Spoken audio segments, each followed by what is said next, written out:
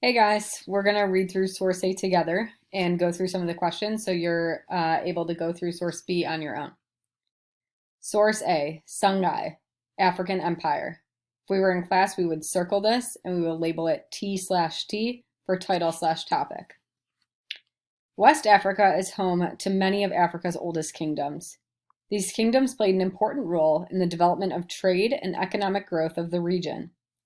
As old kingdoms came to be replaced by new smaller ones, many changes were experienced.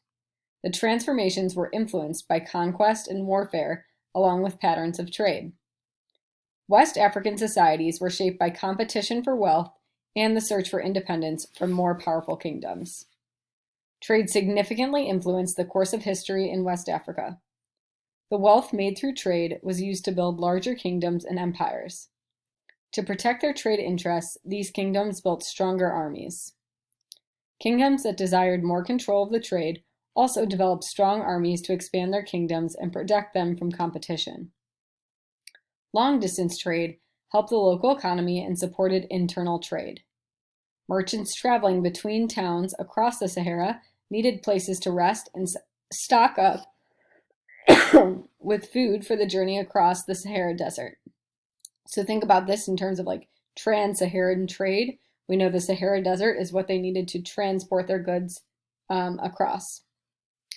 Food would be provided by local markets that relied on local farms for supplies. This practice allowed merchants to plan long trips knowing that local markets would provide food and shelter. For this reason, many kingdoms in West Africa encouraged agricultural improvements to meet this need. Often, this meant uniting smaller farmers, traders, and societies into stronger trading blocs. The slave trade was also important for the economic development of West Africa. For a very long time, West African kingdoms had relied on slaves to carry out heavy work. The Songhai kingdom, under the rule of Askaya Mohammed, used slaves as soldiers. Slaves were trusted not to overthrow their rulers. Slaves were also given important positions as royal advisors.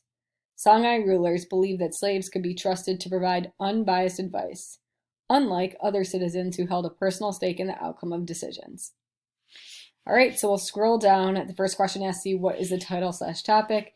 Again, if we were in class, we would have already circled and labeled Source A, Songhai African Empire. So we can type this in, making sure we're capitalizing all the keywords for the first question.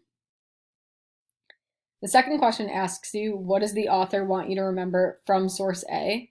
So this is when you're asking yourself, like if a younger sibling or cousin or my sister Sarah, who knows nothing about the Songhai Empire, was to tell you or was to ask you, what do you know?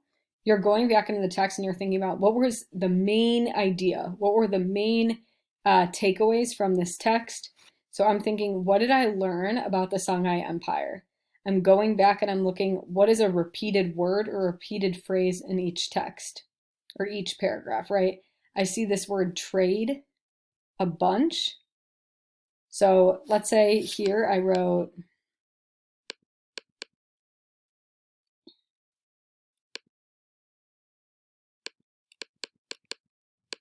sorry.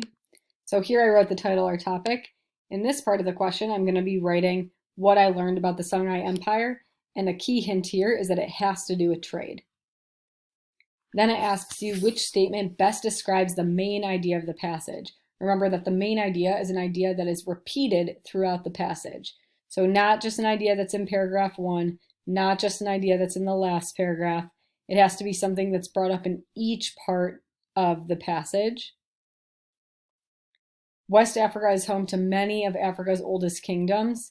That's definitely something that was brought up in the text, but I can tell you right now that is something that was only brought up once. That was only brought up in paragraph 1. Trade significantly influenced the course of history in West Africa. The wealth made,